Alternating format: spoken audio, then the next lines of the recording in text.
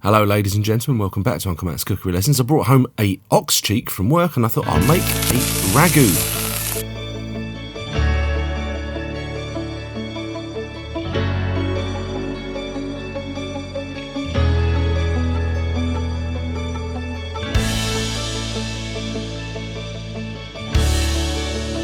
Hello, in this video I'm going to be making a wonderful ox cheek ragu. Here we go, ox cheek. Hardest working muscle on a cow, so it's going to take absolutely hours and hours of slow cooking in my beautiful Dutch oven. I'm also going to have a go at making wild garlic pasta. It's probably going to be like fettuccine or tagliatelle, if anyone can tell me what the difference is between those two. And yeah, wish me luck, this is going to be wonderful. Alright, the start of this sauce requires sofrito, so onion, celery and carrot. You're going to see me roughly dice that up. So a couple of weeks ago I did make Bolognese. That was more of an authentic Bolognese recipe. This is a ragu. I can go with whatever I want to add into it. So there's going to be some extra ingredients that I didn't put in the Bolognese.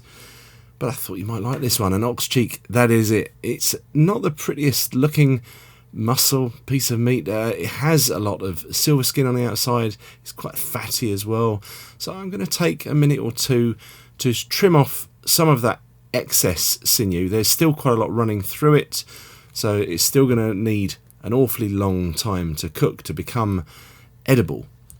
You can see there when I've cut it, you see those lines of sinew there, so very pronounced. That cheek is working all day long because them cows, they do not stop grazing. They just munch. They're like chefs, really.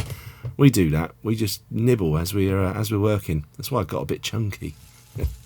Anyway, let's brown these beautiful bits of ox cheek. Get that thing called Maillard reaction going. That makes it all nice, extra flavour, super savoury. It's just delicious. And then we have a fond in the pot, which is all the sort of residue. So the sofrito is going to go in there and kind of sweat for a few minutes. And that really defines a ragu. It's a meat sauce with sweated vegetables and cooked in tomatoes and liquid. That was some sage. You saw me a chiffonade. That's called chiffonade, where you roll it up and then slice it. That wasn't in the Bolognese recipe because that's not allowed. The garlic that I just put in wasn't allowed. I will put the recipe that I've used in this video on my website, unclematscookerylessons.com. That was the tomatoes went in, and obviously I rinsed out the can and topped that in. That is some red wine made by Ian Botham, the cricketer. Any cricket fans out there? It's actually quite drinkable, that. Back in with the meat and the herbs. I brought it to simmer, simmered it on the top for about 20 minutes or so, skimmed off the scum, but I wanted to just control it, so I put the lid on, but not fully on, in the oven for, it turned out, 4 hours.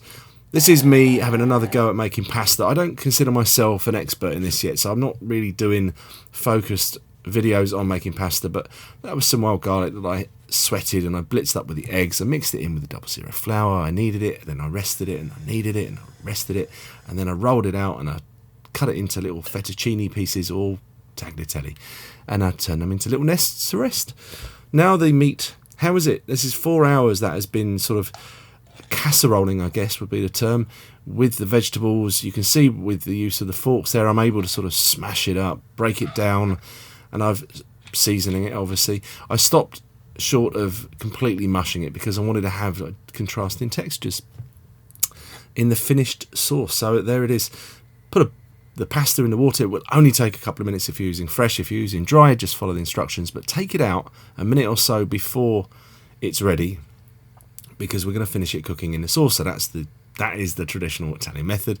Pasta goes into the sauce. I borrowed some of the water from the pasta, but just in case the sauce needed it, but it didn't on this occasion because I dragged quite a lot of the water with the pasta. So I'm just stirring that through to finish off cooking with the sauce, giving it a toss, lots and lots of parmesan, sort of just make sure all of those ribbons have got a nice glossy sort of coating of the sauce. It's looking fab, right? It looks really, really lovely. I'm very pleased with it. So it's going to be time to, well, dump it in a bowl. I don't have the finesse of making it look really fancy, so I just sort of dump it in a bowl and put some of the sauce on top. I think it looks great. And yeah, another load of parmesan on top of that, and it's just looking great. And well, what I'm going to do now is I'm going to hand you back over to me for the tasting. Right, so how is this this ragu with this homemade wild garlic tagliatelle or fettuccine. I can never tell which one's which. And it's rather nice. Rather nice indeed. So I've decided to not break mine up too much, so I've got some sort of small pieces and some chunky pieces like that. The extra collagen that's in the cheeks, you know, makes the meat quite gelatinous, so it's not to everyone's taste, ox cheek, but I absolutely love it. And that is, yeah, my pasta, not bad at all. Yum. So, have a go at making a ragu. Use ox cheeks, very versatile. And if you feel like it, having a go at making your own pasta, it's very nice. Anyway, catch you in the next video really soon. Bye.